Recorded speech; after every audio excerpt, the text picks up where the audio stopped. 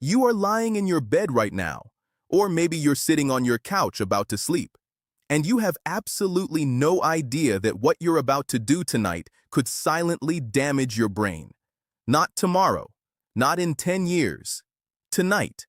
A neurologist in Germany recently published findings that shook the entire medical community. He said, and I'm going to read this very carefully, "The single most dangerous thing millions of people do every single night is something they believe is completely harmless." And when I read what it was, I had to sit down. Because I do it too. You probably do it too. And after this video, you will never look at your nighttime routine the same way again. Let me start with a story.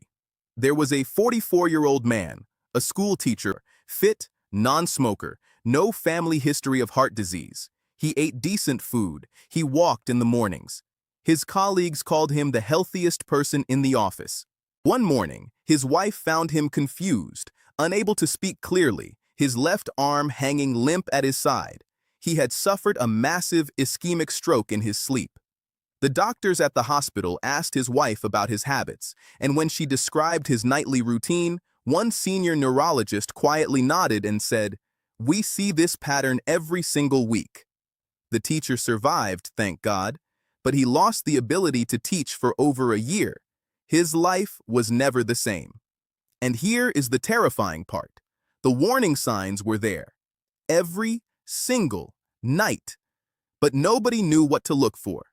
So today, I am going to tell you exactly what is happening inside your brain while you sleep. What habits are silently strangling your blood vessels, and most importantly, how to stop it before it stops you. This is not fear-mongering. This is neuroscience. Stay with me. First, let's understand what a stroke actually is, because most people have a very vague picture of it. They think it's something that happens to old people. They think it's a heart attack in the brain, but it is far more complicated and far more personal than that. A stroke happens when blood flow to a part of your brain is suddenly blocked, or when a blood vessel in the brain bursts. In both cases, brain cells begin dying within minutes. The brain is the most oxygen-hungry organ in your body. It uses 20% of all the oxygen you breathe, even though it's only 2% of your body weight. Cut off that oxygen supply for even 4 minutes, and you can suffer permanent damage. Language, memory, movement, personality, all of it can be taken from you in the time it takes to boil an egg. Now here is where it gets terrifying. Research published in the journal Stroke, one of the most respected medical journals in the world, found that the majority of strokes happen between 6 a.m. and noon, but they don't begin at 6 a.m. The conditions that cause them are set up hours earlier, during sleep. While you think your body is resting and healing, certain habits are creating a perfect storm inside your arteries. Blood becomes thicker. Blood pressure changes. Clots can form. And if you are doing what millions of people do without realizing it, you are accelerating all of these processes every single night. So, what is this habit? I'm going to tell you. But first, I need you to understand why your sleep is such a vulnerable and critical time for your brain. When you sleep, your body does something extraordinary. Your brain activates what scientists call the glymphatic system, a waste-cleaning network that only works during deep sleep. Think of it like a sanitation crew that comes into the city at night when the streets are empty. This crew flushes out toxic proteins, including something called beta amyloid, which are linked to Alzheimer's disease, brain inflammation, and yes, stroke risk. But this cleaning process only works under one critical condition. Your blood pressure must naturally dip during sleep. Doctors call this nocturnal dipping. A healthy person's blood pressure drops by about 10 to 20% during sleep. This dip protects the brain, gives the blood vessels a rest, and allows the glymphatic system to do its job. But in millions of people, this dip does not happen. Their blood pressure stays high, or even spikes, throughout the night. And the reason it stays high? The habits they perform in the hours before bed. Now I want to ask you something honestly. What do you do in the last 2 hours before you sleep? Be honest with yourself. Do you scroll on your phone? Do you eat a late meal? Maybe rice, something heavy and salty? Do you drink tea or a soft drink? Do you fall asleep with the television on? Do you sleep with a light on or in a warm, stuffy room? Do you sleep for less than 6 hours because life is busy and sleep feels like a luxury? If you answered yes to even two of these, and most of us answer yes to 4 or 5, then I need you to pay very close attention to what I am about to share. The single most studied, most warned about, and most ignored nighttime habit that raises stroke risk is this: sleeping with uncontrolled blood pressure driven by late-night screen exposure combined with high-sodium food consumption and disrupted sleep architecture. Let me break that down into human language. When you eat salty, heavy food late at night, especially after 9 p.m., your body retains water to balance the sodium. This increases blood volume. Increased blood volume means increased pressure on your artery walls. Your arteries, especially the small ones in your brain called cerebral arteries, are not designed to handle repeated nightly pressure spikes. Over months and years, they become stiff. They develop tiny tears. Plaques form. And one night, a clot breaks loose, or a vessel ruptures, and you have a stroke. But wait, it gets worse. Because you are also looking at your phone. Blue light from phone and tablet screens suppresses melatonin, the sleep hormone, by up to 53%, according to Harvard Medical School research. Without adequate melatonin, you don't reach deep restorative sleep. Without deep sleep, your blood pressure doesn't dip. Without that nocturnal dip, your brain is under sustained vascular stress all night long. Your sympathetic nervous system, the fight or flight system, stays partially activated. Cortisol levels don't drop properly. Your heart rate remains elevated. And all of this, every single night, is like slowly inflating a balloon inside your blood vessels. Eventually, something gives. I want to tell you about another case. This one is a woman, 38 years old, a working mother. She would wake up at 6, manage her house, go to her job, come home exhausted, eat dinner late, watch dramas on her phone in bed, and fall asleep around 1 or 2 a.m. She slept maybe 5 hours a night. She thought she was fine because she was young. She had mild headaches in the mornings, the kind you just take a Panadol for and move on. She had occasional blurred vision in one eye. She was slightly dizzy some mornings. She thought it was stress. It was not stress. It was her brain screaming at her. At age 38, she had a transient ischemic attack, a mini-stroke, while getting her children ready for school. It lasted 4 minutes. She was lucky it wasn't permanent. Her doctor told her that her MRI showed white matter lesions, tiny scars on her brain, consistent with months or years of nocturnal hypertension. Months, years, silent, invisible, until it wasn't. And this is what I need you to understand. A stroke does not come without warning. It comes with many warnings that we misread or ignore. Frequent morning headaches, especially in the back of the head, are a warning. Waking up more tired than when you went to sleep is a warning. Snoring loudly or waking up gasping, that's sleep apnea. And sleep apnea triples your stroke risk. Feeling mentally foggy in the mornings, forgetting small things, struggling to concentrate, these are not just busy life symptoms. These can be signs of a brain under vascular stress. These are your body's red flags, and too many of us are walking past them every single morning. Now let's talk about something even more specific, and something that very few health channels will discuss openly because it sounds too simple to be dangerous. Sleeping position. A study from Stony Brook University found that sleeping on your back, the supine position, impairs the brain's glymphatic drainage compared to sleeping on your side.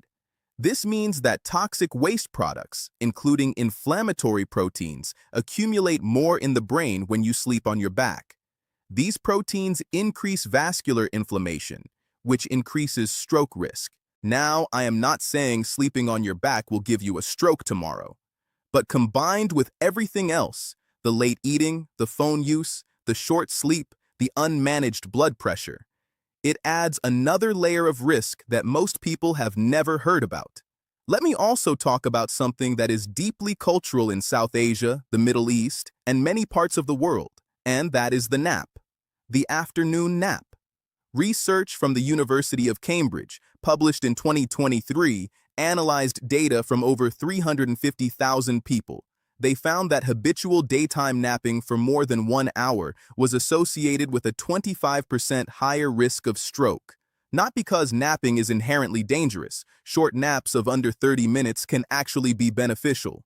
But long daytime naps are often a sign of poor nighttime sleep quality. And poor nighttime sleep quality, as we've already established, is one of the most significant modifiable risk factors for stroke. The nap is not the disease. The nap is the symptom of the disease, and the disease is broken, unhealthy nighttime sleep. So now you are probably asking, okay, what do I actually do? What can I change? And I want to give you real, practical, scientifically backed answers. Not vague advice like sleep well and eat healthy. Actual, specific changes you can make starting tonight. The first and most important change: establish a strict food cutoff at 8 p.m. Not because of weight loss, but because of blood pressure and cortisol regulation. When you eat after 8 p.m., your body's digestive system competes with your cardiovascular system for blood flow. Your blood pressure stays elevated for 2 to 3 hours after a meal. If you eat at 10 p.m. and try to sleep at midnight, you are going to bed with elevated blood pressure. Do this every night, and you are chronically exposing your cerebral arteries to pressure they cannot sustain. If you must eat late, make it something small, low sodium, and easy to digest. Not biryani, not karahi, not anything fried or heavily salted. The second change: blue light elimination 90 minutes before sleep. I know this sounds impossible in the modern world, but your brain is not modern. It is 300,000 years old. It was designed to wind down with darkness, not with a glowing screen shooting artificial daylight into your eyes at midnight. You do not have to give up your phone entirely, but set it down 90 minutes before you sleep. Or at minimum, use night mode and reduce brightness dramatically. This one change alone can reduce your nocturnal blood pressure by 5 to 8 millimeters of mercury, which sounds small but is clinically significant over months and years. The third change: sleep duration. And this is non-negotiable. Adults need 7 to 9 hours of sleep, not 5, not 6 with a long nap. 7 to 9 hours of uninterrupted nighttime sleep. A massive meta-analysis published in the European Heart Journal found that people who sleep fewer than 6 hours a night have a 20% higher risk of stroke compared to those who sleep 7 to 8 hours. And people who sleep more than 9 hours regularly had an even higher risk, 85% higher, likely because excessive sleep is a marker of underlying health problems. The sweet spot is 7 to 8 hours. Get there. Prioritize it like your life depends on it, because it does. The fourth change: manage your blood pressure and monitor it at home. A blood pressure cuff costs very little. Millions of people have hypertension, high blood pressure, and have no idea because it causes no pain. It has been called the silent killer for decades, and yet most people only check their blood pressure when they go to a doctor, which is maybe once a year.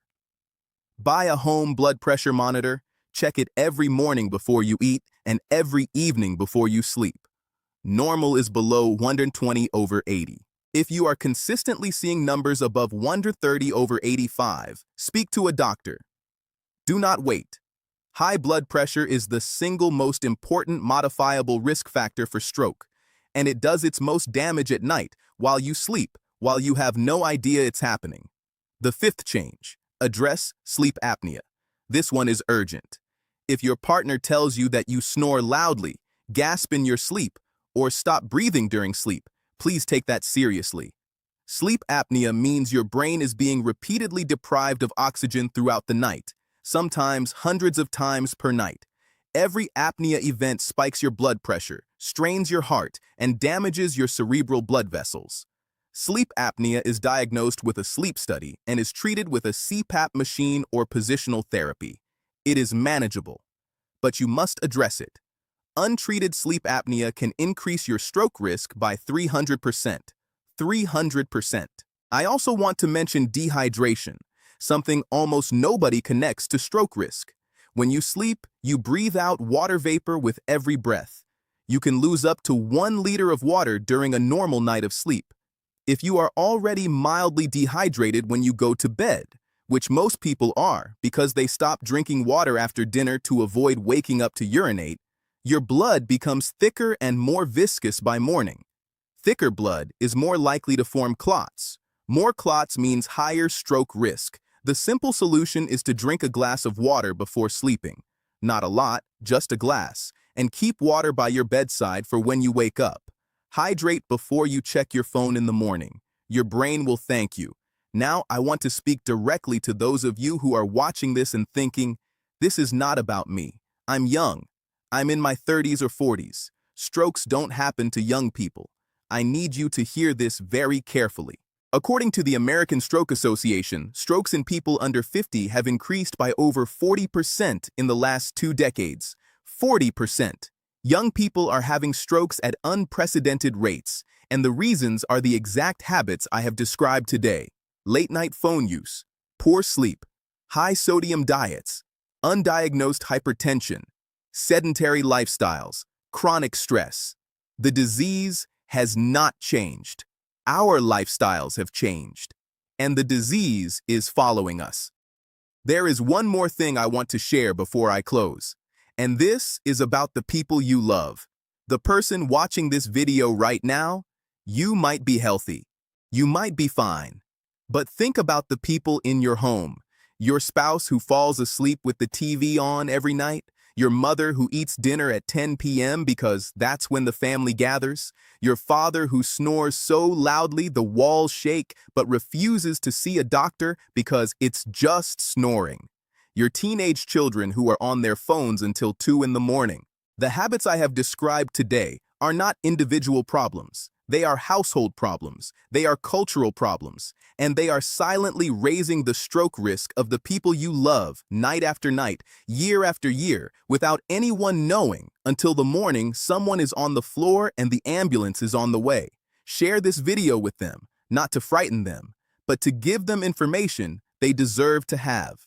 Knowledge is the only thing that converts a silent risk into a prevented tragedy. The teacher who had that stroke, he told his doctor afterward, if someone had told me this 5 years ago, I would have changed everything. That is why I made this video. That is why you are watching it. And that is why you should not let it end here. Starting tonight, eat before 8. Put down the phone an hour before bed. Drink a glass of water. Check your blood pressure. Sleep for 7 to 8 hours. These are not miracles. They are habits. And habits, compounded over time, are either building your health or destroying it. There is no neutral position. Every night, you are either protecting your brain or putting it at risk. Choose protection. Choose it tonight. Because a stroke doesn't make an appointment, and the most powerful thing standing between you and one is the decision you make in the next few hours before you close your eyes. Take care of your brain. It is the only one you have.